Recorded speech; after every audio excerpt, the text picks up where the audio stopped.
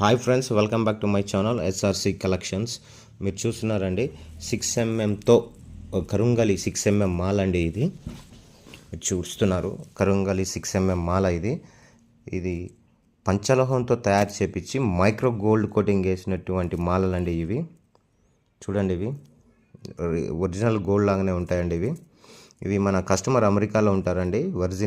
Virginia నుంచి మనకి 3 order పెట్టారు. అతను సాఫ్ట్వేర్ అండి. ఆర్డర్ మీద చేయించడం జరిగింది. ఇవి 3 మాలలు.